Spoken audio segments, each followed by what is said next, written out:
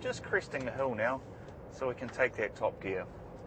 So we've missed out a whole lot of splits in that coming up onto that motorway. We've managed to keep the revs in the green band the entire time. If you're in a Japanese vehicle, you don't have a green band, but the diesel engine still works the same way. The lower end of the RPM range is the torque, which is where you want to be spending your time. It's the most fuel efficient area.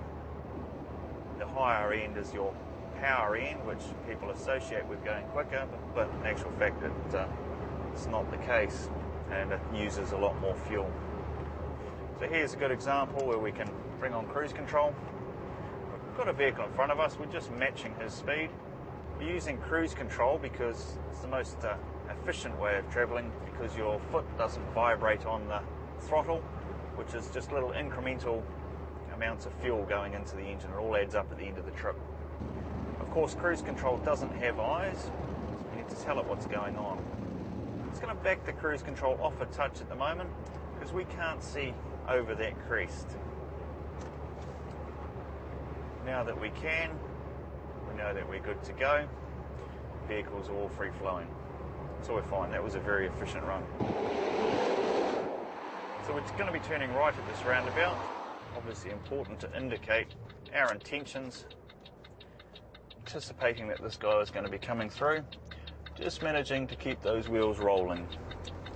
Most drivers would have had the inclination to speed up to that roundabout and would have got caught. They would have had to stop.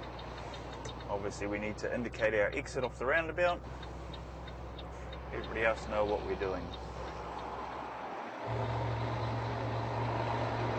I was using the exhaust brake coming down through here just to bleed off that speed, leaving our foot brake nice and cool.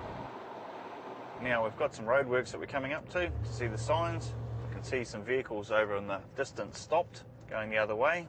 So that tells me by the time we get to those roadworks, there is a good chance that we're going to get through that go sign. Now we've got vehicles in front of us. There's a tendency for people to race up to the vehicle behind them through the roadworks. All that's going to do is cause yourself to pop on the brakes. You've come to a complete halt, very inefficient. You can see we've got a 80 km/h speed limit through here. Just looking at the conditions and the type of road, there's no way that we'd be doing that 80 km/h through here. Remember, it is a limit, it's not a target. Seeing that we've got some bright light coming up ahead of us, directly into the sun, around a 35k corner, and a car passing on our yellow lines. Ridiculous. Saw him coming around, so I backed off. That's why using safe and fuel efficient driving, it's not just safety for yourself, but safety for everybody else on the road. Because there are idiots out on the road. We saw him coming. We anticipated that he was going past on a blind bend over yellow lines.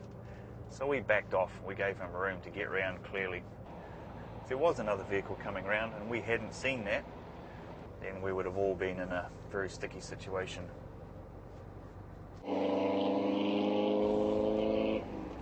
Now, driver fatigue is one of the issues that our industry faces.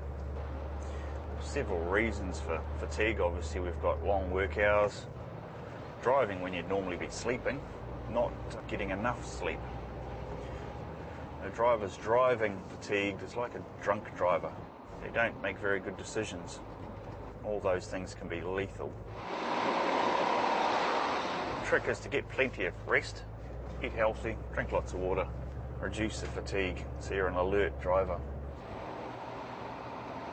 Okay, you'll see we're just coming into a settlement here. We've got a 50k speed limit with no engine braking for heavy vehicles. Just cruising uphill at the moment. Just as we crest this hill, I'm just going to take another gear down. Because we've got no engine brakes, we just want to keep our revs up just a little bit higher. Taking a gear, and I'll take a split here as well, just to keep those engine revs up a little bit more, just to give ourselves some natural engine braking without having to use the exhaust brake. Wee bit of foot brake there just to check our speed. We're fine coming down now. This is about the only time we do actually want the higher RPMs, just to give ourselves that engine braking. Of course, if we could use our exhaust brakes through here, this is the most optimum RPMs to be using that. Got a nice sharp little left-hander coming up through here, so we're adjusting our speed right off here.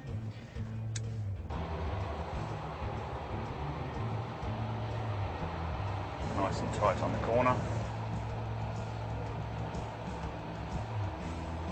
Good clear road ahead of us. And we can take that down to the lower revs.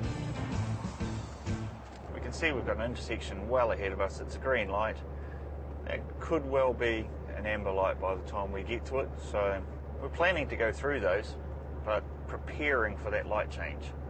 So we're just going to take the cruise control off. We can see the lights are still green. Got skid marks on the ground at this intersection here. That shows me that people have been racing up to the set of lights, not seen the change.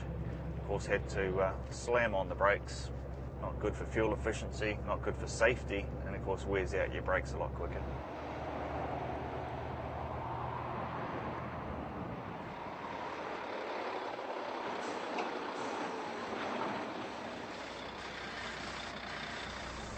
So now we've arrived, just remember, an engine that's idling can use 2 litres of fuel per hour. That's on a warm engine. Cold engine, a lot more. In summary, here are some tips you can focus on every day to keep your driving safe and fuel efficient. Practice observation, anticipation and planning. Keeping the vehicle rolling at all times. Keeping your wheels rolling saves 19% in fuel costs. Keep your truck's engine speed in the green band, letting the torque do all the work. Block changing minimises wear and tear on man and machine. Use cruise control when conditions suit. Remember, cruise control doesn't have eyes. Professional drivers are safe and fuel efficient drivers and should be an example to other road users.